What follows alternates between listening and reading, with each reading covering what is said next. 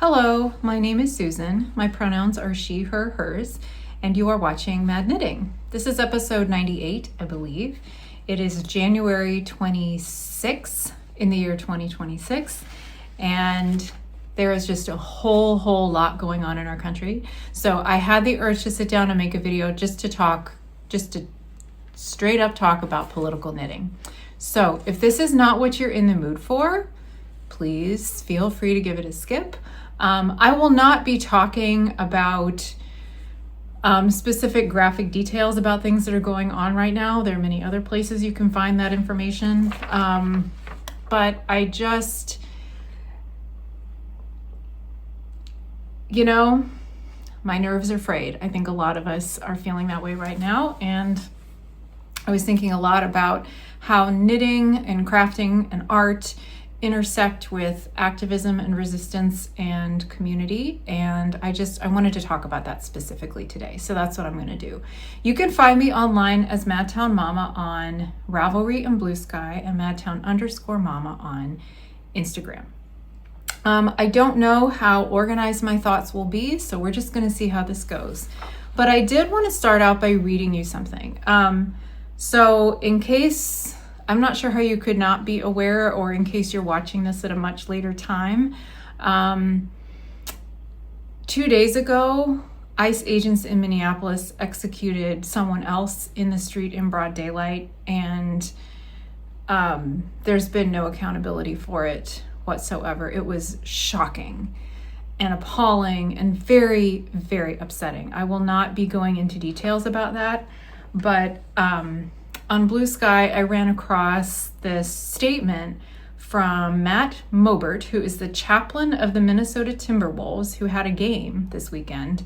And it absolutely gets right to the point and the heart of the matter. And it was so beautiful, I wanted to share it with you all. So here it goes. If you're a church posting prayers for peace and unity today, while my city bleeds in the street, miss me with that softness you only wear when it costs you nothing. Don't dress up avoidance as holiness. Don't call silence peacemaking. Don't light a candle and think it substitutes for showing up. Tonight, an ICE agent took a photo of me next to my car, looked me in the eye, and told me, "We'll be seeing you soon." Not metaphor, not hyperbole, a threat dressed up in a badge and a paycheck. Peace isn't what you ask for when the boot is already on someone's neck. Peace is what the powerful ask for when they don't want to be interrupted. Unity isn't neutral. Unity that refuses to name violence is just loyalty to the ones holding the weapons. Stop using scripture like chloroform. Stop calling your fear wisdom. Stop pretending Jesus was crucified because he preached good vibes and personal growth. You don't get to quote scripture like a lullaby while injustice stays wide awake. You don't get to ask God to heal the land if you won't even look at the wound. There is a kind of peace that only exists because it refuses to tell the truth. That peace is a lie, and lies don't grow anything worth saving. The scriptures you love weren't written to keep things calm. They were written to set things right, and sometimes the most faithful thing you can do is stop praying around the pain and start standing inside it. If that makes you uncomfortable, good. Growth always is. So if there is room in the description box below this video, I will just reprint that whole thing because I just thought it was so powerful and so true. And I found that very grounding. I was so struck and moved by the hundreds of religious leaders who showed up at the airport in Minneapolis, St. Paul to line the sidewalk leading to the terminal to block flights, deportation flights, or, to stand in the way. That was leadership, in my opinion. And the other quote, this is real short, that I wanted to share with you is by the historian Joanne Freeman, who goes on YouTube several nights a week with thoughts for those who can't sleep. She is wonderful. She is friends with Heather Cox Richardson, who is also a very well-known historian, and they always do a live video on Saturday mornings, which I have gotten a lot out of. But Joanne Freeman said at this point, silence isn't just complicity, it's approval. And she meant that directly for people who hold political power. So people who are in elected office or hold some kind of public position, if they are not saying anything, it means they are approving of what is happening from DHS in this country. And that's just unacceptable. So I wanted to talk a little bit about like how knitting can be political. So if you're a person who thinks, I don't want politics in my knitting, well, you know, here we are. Everything is political. It can't be helped. I do understand if knitting is like an escape for you and a way to sort of shut off the horrible things, like we all need that mental break. But this is a case where I'm going to talk about how it intersects with these things and can be a way to create community and resistance. And this is like not a new concept at all. The most prominent example that I could think of like politics and activism intersecting with craft and art is the AIDS memorial quilt. I'm sure that's not the first example, but it's like a big example that was prominent in my younger years. So I'm Gen X. I'm 47 years old. I was born at the tail end of 1978. So I remember I was a little kid when AIDS first was a thing in the 1980s. And it was this horrible disease that was killing all these people. And it was like this huge, shameful thing. And it was used as an excuse to further marginalize the gay community. So anyway, the AIDS memorial quilt was first, I have some notes here, so I'm looking over, was an idea first conceived by Cleve Jones. And it's many, many panels, and each one has a name on it as a memorial to somebody who died of AIDS. So it was an idea he conceived in 1985. The first panel was displayed in 1987. There's a lot of information on the AIDS Memorial website, which I will be sure to link here. So I'm just going to give you some quick highlights. By 1996, so that was 9 years after that first panel, the entire quilt covered the National Mall.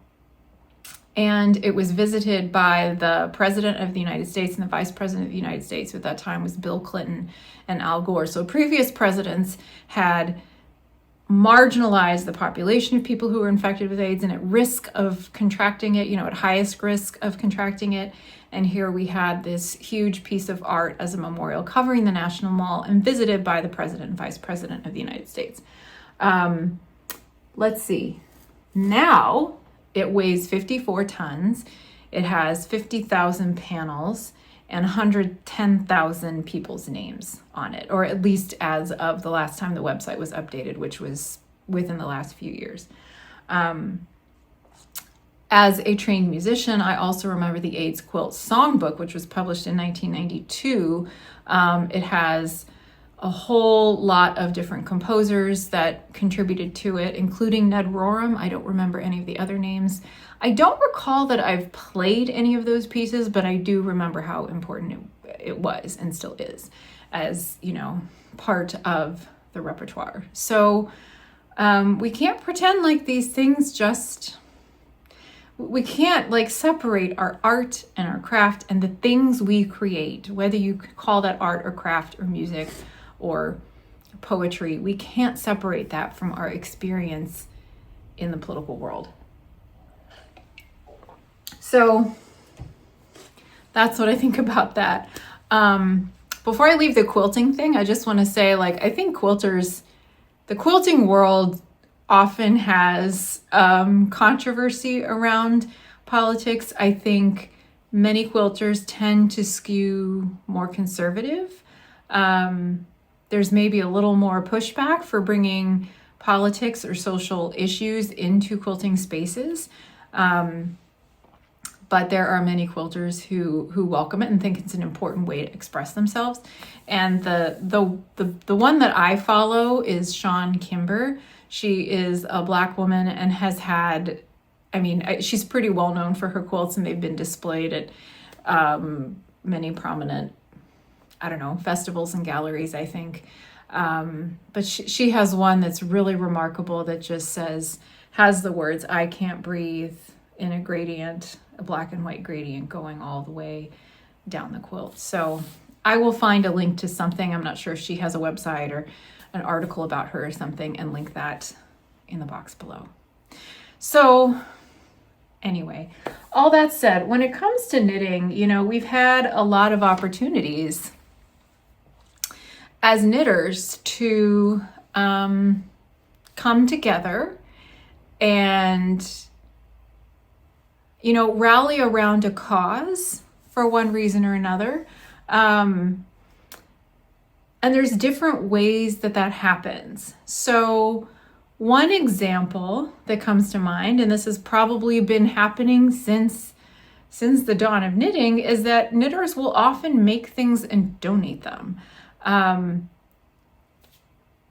I'd like to think that that's coming from a place of generosity and altruism, not necessarily self-aggrandizement, although I'm sure that happens too. But there are lots and lots of donation programs where you can make hats for, premature babies and donate them to hospitals. I'm not saying that's a specifically political thing, but it's an act of community care, right? There are hats for sailors. There are often local shelters for unhoused people or for foster kids that will take donations, of hats and scarves and mittens and stuff.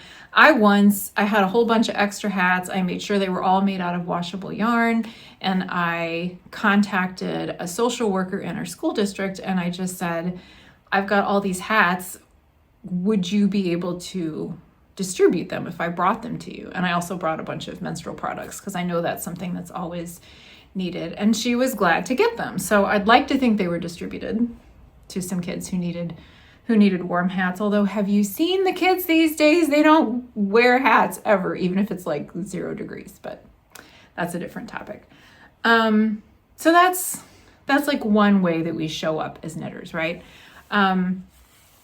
Another thing that knitters will do is create patterns that other knitters can download either for a fee or for free, or in exchange for donation someplace, and that will support some other cause. So one of my favorite designers ever is Thea Coleman. She's pretty well known, of Baby Cocktails. I would consider us friends, I guess. We've actually met a couple of times in real life, and I used to test knit for her a whole lot. But she has, especially during election years, not just during elections, but she will often release a pattern and then donate for a certain period of time half the proceeds to, either progressive political groups, or she raised a bunch of money to help support people in Flint, Michigan, who are trying to get their water cleaned up. So that is an example of somebody who has used their business to support, causes that are important to them and that are presumably important to their audience. I feel like the way capitalism works, it's very easy to get cynical about this, because if somebody is donating a portion of profits, not all of them, then they're benefiting too. But if it's their business and they have to make a living, I'm not going to hold that against them. One thing I like about that is that it tells me that their values are very much in line with my values. And I am more likely to spend my money buying patterns from a designer or buying yarn from a dyer if I know that they are supporting the same kind of causes and organizations that I would. Sorry, it's very cold outside, so my nose is drippy. Yeah. So I have, let's see, I'm just looking at my notes here.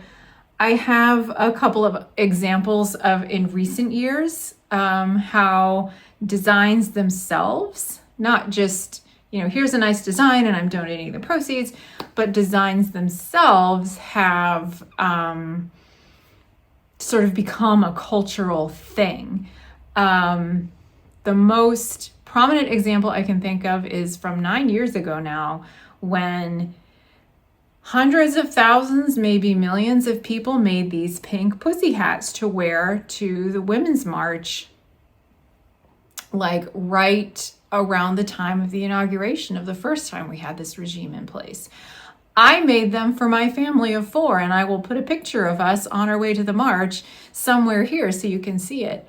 And I distinctly remember, I didn't have any pink yarn because pink's not a color that I like knit with a lot or wear ever.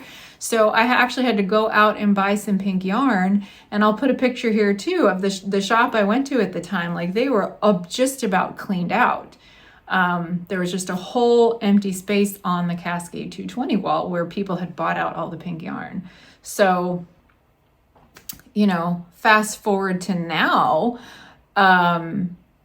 the top pattern on Hot right now and Ravelry right now is this Melt the Ice hat, which was put out by a yarn shop in Minnesota, Minneapolis, St. Paul, one of those. Anyway, they're right in the thick of everything that's happening. And all of the money they make from that pattern is going to go to, I think, supporting local businesses, or it's some kind of mutual aid that the proceeds. Oh, I have the pattern here because I bought it. It doesn't say specifically where the proceeds are going, but it does say on the pattern page, and I will link it. But the interesting thing, anyway, okay, couple of points about this. First of all, that's an example of people buying a pattern in support of a specific cause. Here it's helping people in Minneapolis, helping organizations and local businesses and communities there. And at the same time, that pattern mimics hats that the people of Norway wore during Nazi occupation in the 1940s. I didn't know this till like a week ago when this pattern started showing up everywhere. This is a piece of history I was not aware of. It's a red pointed hat with a tassel on the top, and they wore it specifically as a protest until it became illegal once the Nazis caught on to what they were doing. So now knitters are making it again. And actually, if I manage to talk and knit at the same time, I don't know if I'll be able to do it. I'm going to cast one on. So I have some red yarn. This is Leftover Eco Plus. So it's kind of a chunky Aran weight. It's bigger than the gauge the pattern calls for. The pattern gives you numbers for worsted weight, DK weight, or fingering weight, and this is heavier than that. So I'm just going to cast on fewer stitches and figure it out. Truth be told, I don't think I need, if I could figure out the pattern without buying it. I bought it to support the cause. And there are other free versions out there, but it felt right to me to buy this pattern to help support them. So yeah, I've got size 9 needles. It starts with a whole bunch of 1x1 ribbing, so maybe I can do that and talk at the same time. We'll see.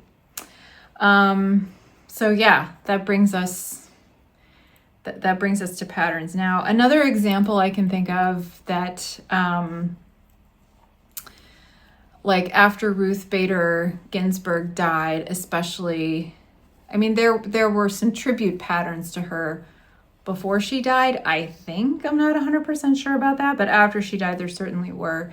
So a lot of people made, white lace collars to mimic the ones she famously wore to court. And two patterns that stick out in my mind as paying tribute to that are the Descent sweater by Andrea Rangel, and I think she has it in a couple of different weights, fingering and DK. And there's a pair of socks called the Descent Socks by Tina Koo.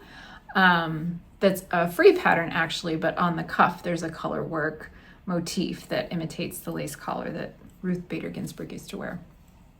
So those are all like really good examples of knitting and politics and justice intersecting.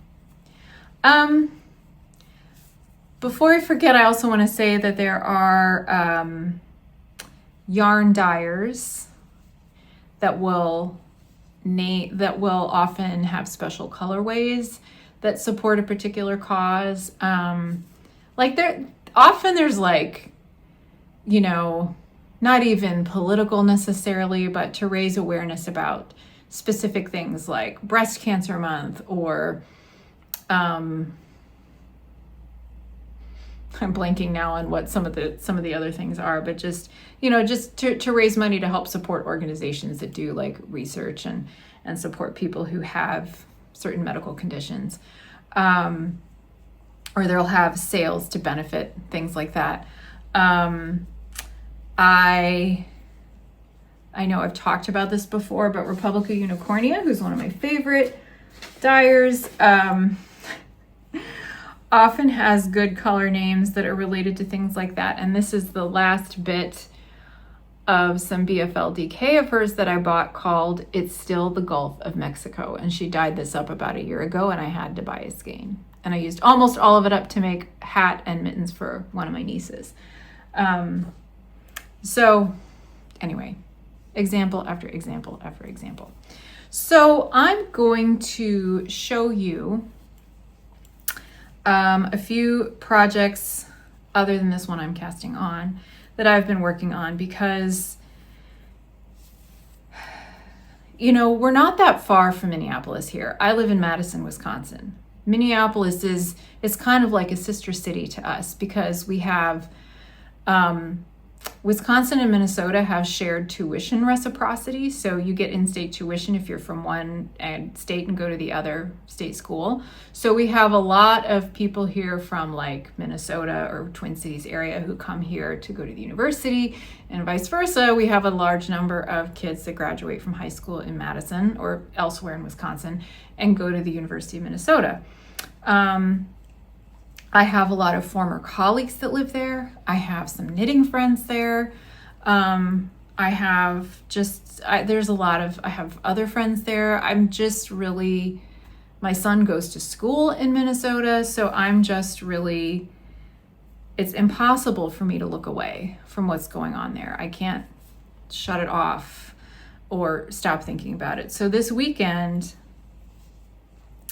when all month, actually, I've just been kind of keyed up and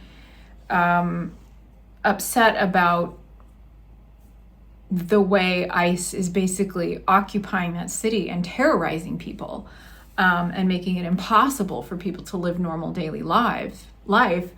And then when I saw what happened Saturday morning, I could not calm down. I was shaking. I was angry. I couldn't do much except knit all day, actually. So in the course of 24 hours, I knit an Abolish ICE hat. So I'm going to wrap this up talking about the Abolish ICE beanie, which is a pattern by Daniel L. Oar. He is also Ibn Sufi Knits, and it's a great pattern. I believe it's a free download on Ravelry. So please go check it out. I will link it below this video. I was frustrated because I started this thing 3 times. I actually talked about this on my last episode last week. So if we'll leave the politics and just get into the technical piece of this. So this is a beanie. You can see that it's color work. And because I have artificial lights on and stuff, I think you can see the words pretty well where it says Abolish ICE. There's also another chart option where you can say fuck ICE if you want. I chose not to do the swear word, but you certainly could. The pattern actually has corrugated ribbing, so the color work starts at the very, very beginning, and mine was curling. I started it 2 or 3 times, couldn't get it to not curl, and I was so frustrated. Saturday morning, I didn't know what else I could do with myself. It was like bazillion below zero outside. It was just too cold to go outside and like run it off, which is something I do sometimes. So I ripped out the hat and just cast on with a regular 1x1 ribbing in the dark purple. And then I continued on my way. So I actually finished this up about 24 hours later. I got it done Sunday morning. Did a quick steam block. This hasn't had a good soak yet, but I did steam block it so that my daughter could wear it downtown. We went to a protest at the Capitol and it was very, very cold. So here is the hat all finished.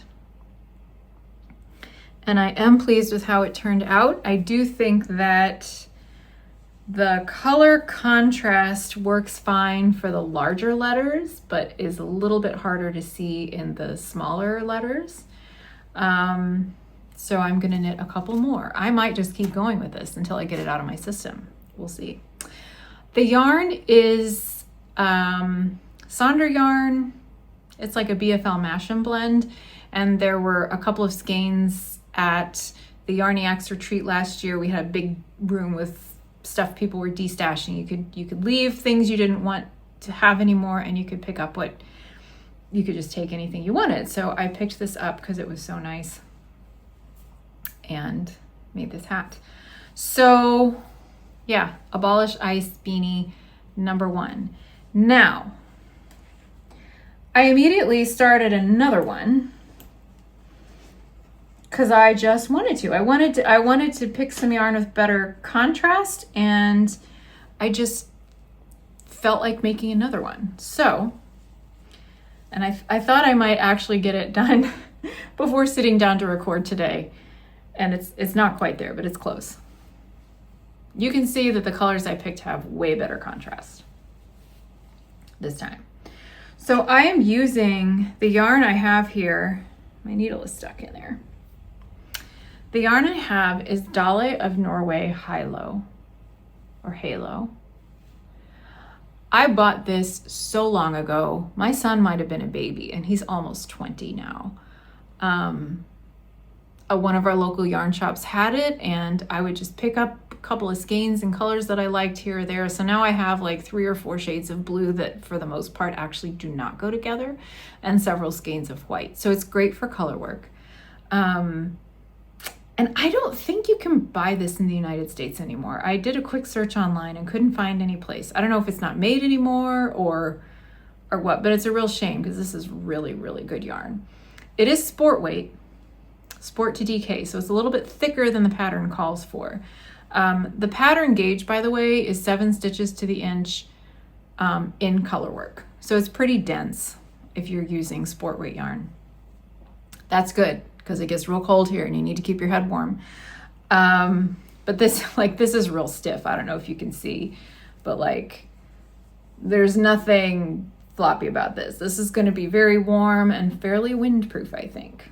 So I was worried that I was going to have the same problem with the bottom curling. So I did the ribbing a little different. I also decided to do this in 3 colors, just for kicks and just to give it a little more interest. So I have a light blue and a dark blue. And for the ribbing, I did 1 round of just the blue. And then I did 2 rounds doing the white for the knit stitch and the blue for the purl stitch. So kind of like corrugated ribbing, but I broke it up so that every 3rd round I was doing just the blue. And that did keep it from curling. I also think that it makes a difference which hand I'm holding the yarn in. So corrugated ribbing, I didn't realize this because I've hardly ever done it, but it does tend to curl up. And the last beanie I made with that, I didn't have that problem. And I think it's because I have to do the purl stitch with my right hand. I can't purl with my left hand. I just can't seem to manage it. So my first couple of tries with this purple hat, I was just holding both colors of yarn in my right hand and going back and forth with the knit and purl. I believe in the previous hat that I made, which was like more than 2 years ago, and I actually went back and watched the video where I talked about it, and I didn't talk about the corrugated ribbon curling because it wasn't a problem, so that wasn't helpful. But I think that if I am holding in my left hand the yarn that is going to be the knit stitch and my right hand the yarn with the purl stitch, there must just be something different about the tension that makes it a little more balanced so it doesn't flip up. That's my working theory, because I can't think of any other reason that it would curl on one hat and not the other. And in any case, I covered my bases by sort of breaking it up for the ribbing anyway. Anyway, then I introduced the dark blue for the color work and did the contrast letters in white, which is opposite from the chart, but easy enough to do. And then once I got done with this section that has the letters on it, now I have the dark blue still as the dominant color. This is just like knitting, one stitch blue, one stitch white. So it kind of has like a 3D quality. Once I get to the top of the hat, now I have the lighter blue as that sort of receding color. So I like how this is turning out, and yeah, I think it'll be nice and warm and sturdy. Now, as I mentioned, my daughter wore this to the protest yesterday, and it doesn't really fit her that well. She just really wanted to wear it because it's at Abolish ICE, but her head's a bit bigger than mine, and like she could get it on, but it was kind of not covering her ears, definitely, even though it felt like 15 below, it was so cold. So I said, look, and she doesn't wear like purple very much. These aren't necessarily her colors. This is just what I knit the hat out of. So last night I said, look, I will make you a hat that fits you properly in colors that you want. You just let me know. And so she said, can I look in your yarn stash? And I was like, of course, but I need to come down and show you which yarns are appropriate because it needs to be the right weight. Anyway, she picked out, it's kind of surprised me. She picked out these colors. This is Cascade 220 Sport, non-superwash. I've used this yarn in colorwork hats before. It's great. I think it'll work really well with this pattern. So the lighter purple will be in the ribbing section. These two colors will be the main part of the hat where the words are. And then she can let me know whether she wants these two colors for the top of the hat or these two colors for the top of the hat, or just keep it with the darker teal all the way up. That is up to her. She can let me know. But I need to finish this one here, the blue one, before I start that. So yeah, every other knitting project I've been working on has totally been put on hold for the time being because all I want to do is knit these resistance hats. And it's how I'm coping, I guess, is the best way to say it. So yeah, here's as far as I got. I don't even know how many stitches this is, so I'm gonna have to stop and count those before I get to the right number. But that's what I have to share with you. My next episode, whenever that may be, will probably be a regular one where I share things that I've finished and things that I'm working on. But yeah, I think we just need to speak up, resist, stick together, and remember that there are a whole hell of a lot more of us than there are of them. So, till next time.